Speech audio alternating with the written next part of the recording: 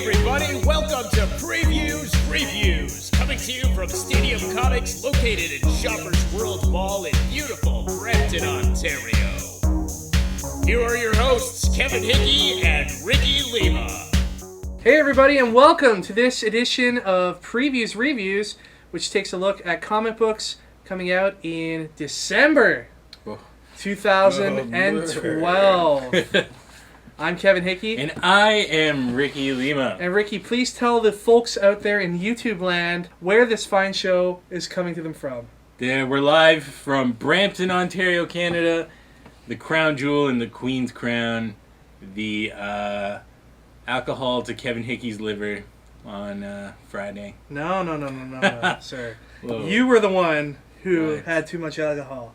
I had 2 beers at Unboxing Wednesdays 100. Lightweight over here. He was so I hammered. had 2. That's it. You know why? Because I'm a responsible drinker. I'm a social drinker. Ricky, you drink to get drunk. Not even. No problem. Rob and I were planning an intervention for later today, but you know what? Let's get it underway right now. Rob, come on in. Oh, Rob. Rob's not here. No, it was good times. It was good times, man.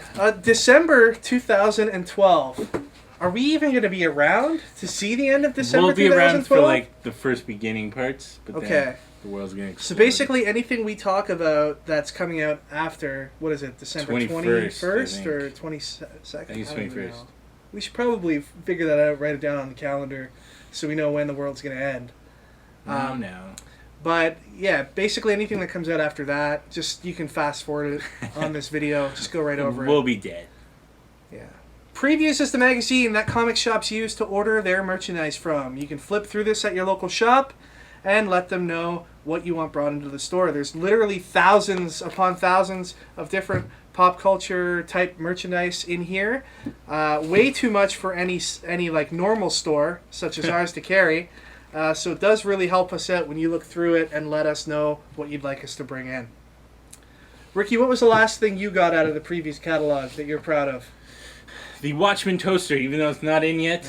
But the Watchmen toaster. I knew you were going to say that. Yeah. And I think I ordered those Tetris lights. I'm pretty sure they're coming in. Cool, man. What about you, Kevin?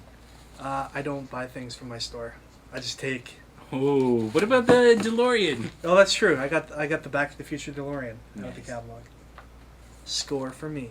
Well, let's get started, Ricky, with a comic that DC announced at the San Diego Comic-Con, and it is a movie tie-in to Django Unchained, the new Quentin Tarantino film coming out at Christmas.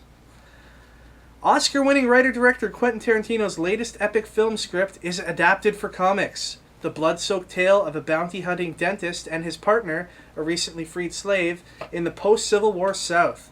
This is an adaptation of the full screenplay, including scenes that may not make it into the final theatrical cut. He's a dentist? He's like a dentist on the search for revenge. A dentist turned bounty hunter. Okay, what?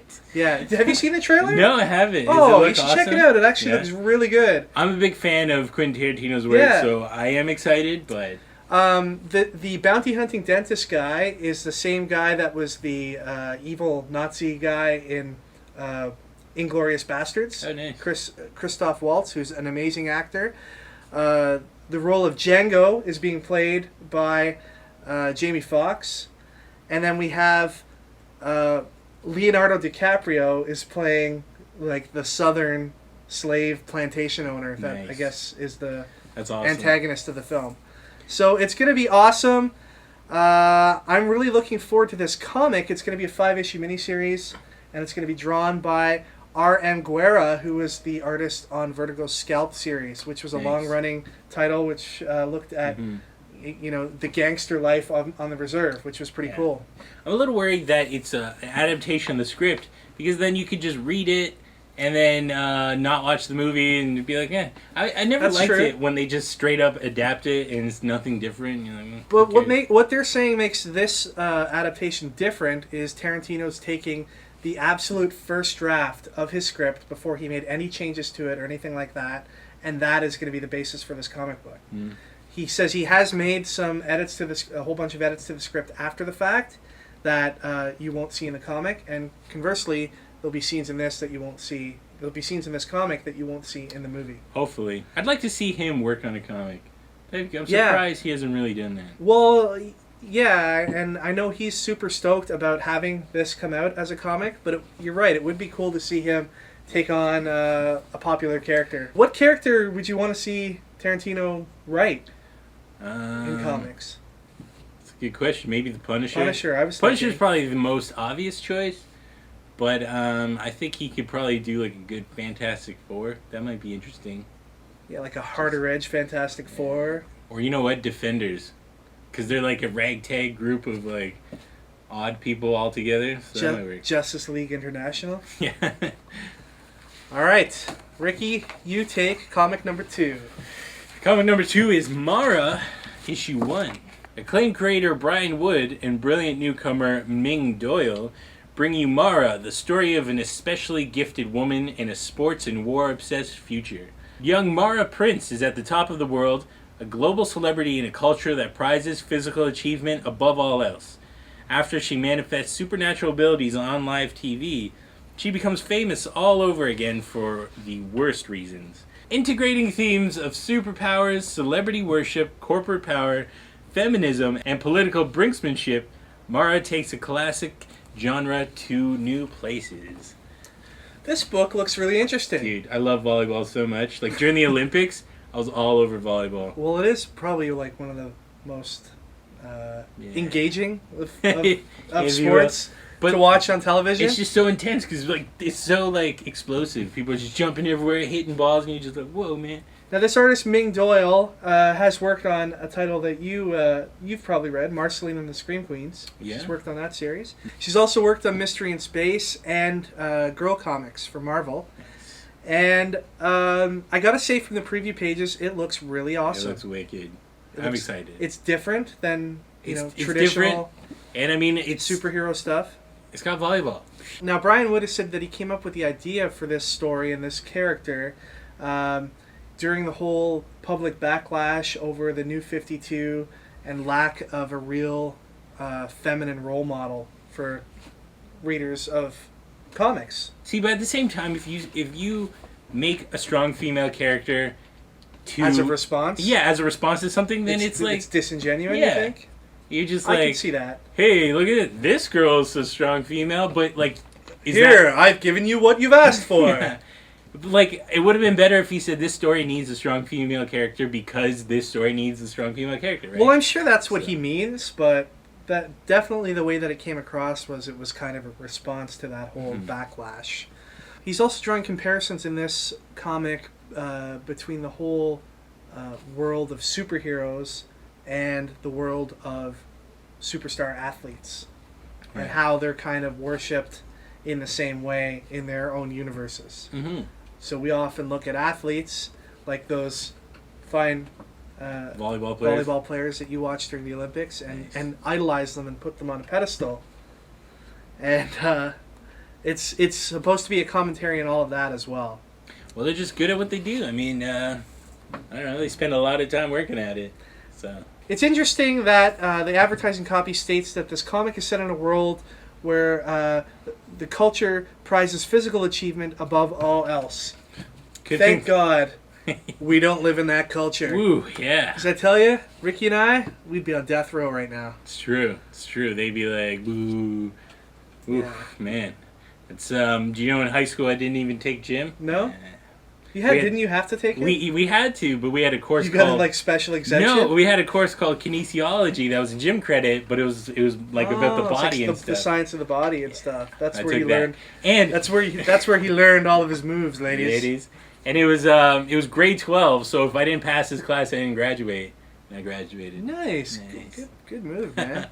Thankfully, in this world, physical abilities and stuff are nice, but we get a lot of attention because of our dashing good looks and our higher than average intellect. Yeah. You should tell that to all the girls that try to date. I know you're watching. What's up? Why haven't you called it back? He's been waiting. He sent you 35 emails. You know what it is, man. girls are just intimidated. They're intimidated. Yeah, no. The charisma of Ricky Lima just intimidates them. That's what it is. Hopefully, man. Hopefully. Maybe I should tone it down. Next up, we have a book that I'm really excited about. It's from Image Comics, and it is The Legend of Luther Strode, #1. Luther Strode lives. 5 years after losing everything, Luther has become more than a nightmare for the evil men in his city. He has become a legend. But somebody is hunting the boogeyman, and he has dangerous allies that Luther will never expect. Luther Strode lives, but for how long? The sequel to 2011's breakout hit begins here. Bum, bum, bum. So Luther Strode, have you had a chance to read it yet? I have not. Awesome book. I knew nothing about it until I started hearing a lot of word-of-mouth buzz about the book. And I picked it up and read it, and I was not disappointed. It is a supremely over-the-top, violent book. Heads exploding and I did see fists that going through faces, as Yeah. you'll see in the preview art for this new series. And it's all about this guy. He's basically, wimpy guy sitting at home, getting pushed around at school. He's got nothing going for him, and he decides he's reading a comic, I think it is. And you know how they used to have those ads back in the day, like mail away to get the whole Charles Atlas method of becoming a bodybuilder? He mails away for one of those. I think in the book it's called the Hercules method. Gets it, starts reading it. Unbeknownst to him, this Hercules method is a covert way of this secret society of murderers and stuff finding candidates for whoever's going to have the mantle of these murderous powers. And he gets selected. And he starts just basically bulking up overnight and getting all this new strength.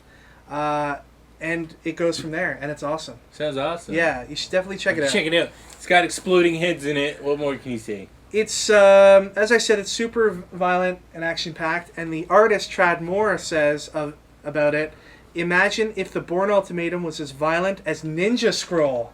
You ever watch Ninja Scroll? I did. I watched that as a young kid, and I was like, holy crap. Yeah, it was one of the first anime movies I watched, Ninja Scroll. Yeah, totally. It was looking awesome. back, it's probably not as good. It's lame now. Yeah, like, it's I lame, watched but- it recently, and I was just like, yeah, this is pretty bad, and all these English voice actors are stupid, and I hate listening to them. It's bloody as hell, which is good. The writer for the Luther Strode series, Justin Jordan, has been getting a lot of work because of this book. He's now working on Team 7 for DC Comics, as well as Deathstroke, and he's also doing the new Shadow Man series for Valiant. All from one book, my god. Well, he's done other stuff too, but this was his breakout book. I'm wondering if Deep Sea is going to be Ricky Lima's breakout book, and if like a year from now you're going to be writing Swamp Thing or something. That's what I'm hoping. You're going to be like, Scott Snyder, get off this book. We need the talents of Ricky Lima. It's only Did you read that 8-page masterpiece? It's only 8 pages. But yes, definitely there's some interest in the DC side. Marvel's been courting me. Who are you ready to field offers from? Pretty much anybody, man. I'm Valiant. Call me up. Now, obviously, I mean, this Deep Sea is great and all, but you do have a body of work in your Writing Comics 101. That's true. Instructional series, which you can watch on our channel. Yeah.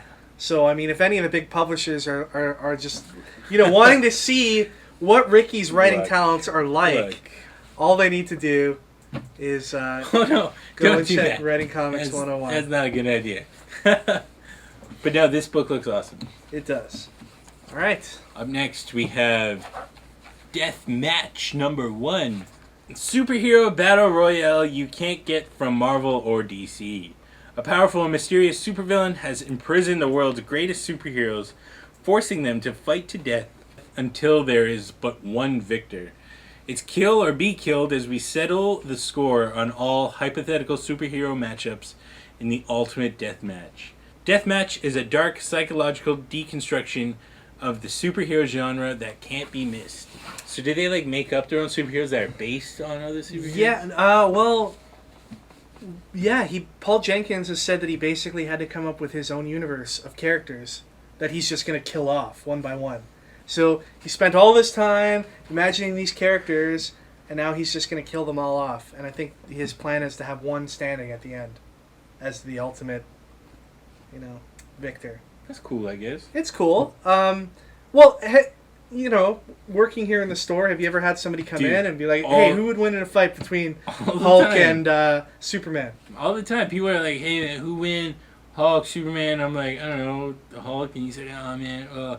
We get those questions in the store all the time, and it always ends up in a lively debate between people who would pick one superhero or villain over the other. It's true. I'd like to ask questions that are a little bit different. Like, instead of fighting, something else. Like, who can mow the lawn faster, the Flash, or, like, Quicksilver? Oh, the Flash, definitely. Speed Force, man. I don't know, Quicksilver's... But, like, he's got to push the lawnmower. The Flash is, like, in addition to all of his super speed, he's also done a lot of training on his cosmic treadmill. So... Yikes. I gotta go with Flash. The lawnmower, you gotta push that. You know? It kind of has a little bit of a Saw feeling to it as well. Yeah, totally. Like they've put them all in this place where they've got to basically end each other in order to survive. Yeah. And they don't know who the person is that's brought them there. So it definitely has a Saw feeling. I really hope this is like AVX Versus, but like 100 times better. You didn't like AVX Versus? It was alright. Like a lot of the dialogue was really forced and like crap. So. Yeah, well, I don't think the dialogue was something that they really wanted to focus on for those books. When they put out AVX Versus, they said these are going to be action stories, and So then why even put dialogue? Just takes away from it. Well, we didn't all do Writing Comics 101 with Ricky Lima. Oh well, not everyone's perfect, I guess. All right, next comic part of the Marvel Now relaunch is Avengers #1. Written by Jonathan Hickman and illustrated by Jerome Opeña, I think that's how you say it. The greatest heroes in comics together on one unbeatable team. Now shipping twice a month, the Avengers go large, expanding their roster and their sphere of influence to a global and even interplanetary level. When Captain America puts out his call, who will answer? Big threats, big ideas, big idealism. These are the Avengers now. I don't know. Maybe. You don't know? Maybe. The art looks cool, but I'm a little worried about this book. It's daunting. Jonathan Hickman, who's going to be writing it, has said that he's going to have 18 plus people on the Avengers roster. It's crazy. I have a list here of some of the members. Some of the 18 members. So we have Captain America. We have the new Captain Marvel, Carol Danvers. We have Wolverine, Hulk, Cannonball. That's pretty cool. See Cannonball on the Avengers. Black Widow, Thor, Sunspot. Why are you laughing, man? Sunspot. The Falcon, Iron Man, Hawkeye, Spider-Woman, Spider-Man, and many, many more. I'm guessing, like, to me, it would be okay. If you're going to have, like, 18 members on the team, that's fine. But make it one Avengers book. Yeah. Don't give me these 18 people on the Avengers and then have 4 other Avengers titles. Yeah. with different members of the team. Totally. It's just too much to follow. Twice a month? That's crazy. It is a little crazy. How are they going to even... Like, I'd imagine the artists are, like, going to kill themselves. You know what I think it is? I think they look at the success of Avengers vs. X-Men, and they're probably thinking to themselves, well, that was twice a month. That had a whole bunch of characters in it. Let's take that formula and bring it over to the new Avengers I hope not. ongoing. If I was an artist at Marvel right now, I'd be pooping my pants. The cool thing about this book is it will be a launch party book, so we'll be able to do that whole thing again. So you can expect that in December, an Avengers #1 launch party. They're also doing, not that Rob and I have decided to do this or not, but they're going to be doing a customized retailer variant. Ooh. If you order a certain amount, kind of like our Amazing Spider-Man. So it'll be an Avengers #1 variant that has something to do with our store on the cover. Them kicking down the door? We should have got that Dredd one. The Judge Dredd one? Yeah, the movie was amazing. The movie was great, but how many Judge Dredd comics did we sell here over the last couple of weeks? Like 3. Well, I think we sold out of what we brought in, but it wasn't like... We didn't have people beating down our doors saying, I need Dredd. Let's put it that way. But it's done better than any other Judge Dredd comic has done in a little while. So do you think Jonathan Hickman can carry an 18-person team, Avengers? I like Jonathan Hickman. I think he's a really good writer. I liked some of the stuff that he's done on his own, and I liked what he did with Fantastic Four. I think he had a really good run on that. And the Fantastic Four universe is more than just the four main members. You've got the whole Future Foundation thing, I guess, or whatever going on now, and the Richards children and the Power Pack and all of those people that get involved. This isn't the only Marvel Now book that's got a new #1 in December. We also have Thunderbolts. Nice. The new Thunderbolts team. We've got Avengers Arena, which I'm kind of excited for. If you look at the cover to Avengers Arena #1, it's basically a take on Battle Royale poster. Yeah, for the Japanese movie. I'm kind of excited. And Cable and X-Force. That's gonna be good. #1. Cable's back, and he's got a new X-Force team with him. Is that taking over Uncanny X-Force? I don't know. Yeah. I don't know. Because it's all different people.